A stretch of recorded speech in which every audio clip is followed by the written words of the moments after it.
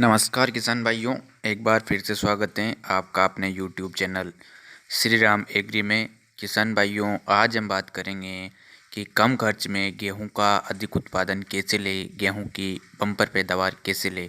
तो किसान भाइयों, आप चैनल पर पहली बार आए हैं तो चैनल को सब्सक्राइब और वीडियो को लाइक ज़रूर करें। अब हम बात करते हैं कि गेहूँ की फसल की पैदावार कैसे बढ़ाएँ। तो हम जैसा कि देखते हैं किसान भाइयों, जो गेहूं की फसल लंबी अवधि वाली किस्म होती हैं, इसकी जो लगभग 150 दिनों के आसपास पककर तैयार हो जाती हैं, उस किस्म में जब 40 से 50 दिन तक यह किस्म हो जाती हैं, तब भी इसमें टेलरिंग व कल्लों की संख्या निकलती रहती है। तो हम बताएंगे इस वीडियो में कि कौन सा उर्वरक डालें जिससे इस समय टेलरिंग और कल्लों की संख्या ज़्यादा निकले। जैसा कि हम देखते हैं किसान भाइयों, हम इस समय यूरिया देते हैं। तो यूरिया देने से क्या होता है किसान भाइयों, पौधा लंबा तो हो जाता है लेकिन उसमें टेलरिंग व कल्लों की संख्या नहीं निकलती हैं। जब हम यूरिया देते हैं तो उसके अपने को नुकसान भी होता है इस फसल में। जब फसल में बाली आ जाती हैं, वो कटने की अवस्था में आ जाती हैं, तब अधिक यूरिया देने के कारण फसल गिरने की संभावना रहती है। तो किसान भाइयों, ध्यान रहे, अधिक यूरिया अपनी फसल को नहीं देना चाहिए। तो बात करते हैं हम कि कौन सा उर्वरक डालें जिससे कम खर्च में अधिक पैदावार हो। तो किसान भाइयों, वह उर्वरक होता है 1744 और 1261। तो किसान भाइयों, इफ़को का 1744 उर्वरक लगभग 85 रुपये के आसपास मार्केट में आसानी से उपलब्ध हो जाता है।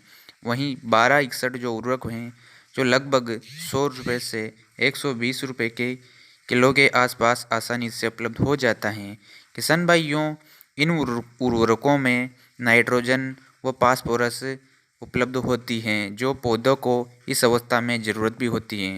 किसान भाइयों, ध्यान रहे, इन उर्वरकों के साथ में आपको पोटास नहीं देना है, क्योंकि पोटास की अभी फसल को ज़रूरत नहीं होती है। जब गेहूं की फसल में बाली निकलने की अवस्था हो जाती है, तब अपने को पोटास देना है। तो हम बात करते हैं कि इन उर्वरकों को अपनी फसल में कैसे देना है। तो किसान भाइयों, इन दोनों उर्वरकों का अपनी फसल में स्प्रे करना है। तो किसान भाइयों, अब ये बात करते हैं हम कि स्प्रे करते समय अपने को क्या क्या सावधानी रखनी चाहिए। तो किसान भाइयों, जब कोहरा हो, धूम हो, उस समय इसका स्प्रे नहीं करना है, क्योंकि उस समय पौधों पर ओस की परत जमा होती है, जिससे इसका स्प्रे करने पर इसका स्प्रे पत्तों पर चिपक जाता है और पत्तों में हमको नुकसान देखने को मिल सकता है। तो अब हम बात करते हैं इसकी डोज के बारे में। तो किसान भाइयों, इसका डोज रखना है अपने को 1 एकड़ में 1 kg रखना है। अब हम इसमें ध्यान रखना है कि कितना पानी लेना है। तो किसान भाइयों, 1 एकड़ के लिए अपने को कम से कम 150 से 200 लीटर पानी लेना है, क्योंकि किसान भाइयों, जितना ज़्यादा पानी होगा उतना स्प्रे की मात्रा अच्छे से आएगी। जितना ज़्यादा पानी रहेगा उतना स्प्रे अच्छे से अच्छा फैलेगा और अपने को परिणाम भी देखने को अच्छा मिलेगा। अगर किसान भाइयों आपके पास स्टिकर जो चिपको आता है वो उपलब्ध हो, तो आप उसको मिला सकते हैं, उससे भी परिणाम में अच्छा देखने को मिलता है। इसका इस स्प्रे करने के लगभग 4 से 5 दिन बाद अपने को इसका परिणाम देखने को मिलता है। तो ध्यान रहे किसान भाइयों, इसकी मात्रा को ज़्यादा नहीं लेना है। इसकी मात्रा ज़्यादा लेने पर पौधे में थोड़ा नुकसान हो सकता है। तो धन्यवाद किसान भाइयों। कैसी लगी जानकारी? अच्छी लगी हो तो वीडियो को लाइक और चैनल को सब्सक्राइब जरूर करें। धन्यवाद।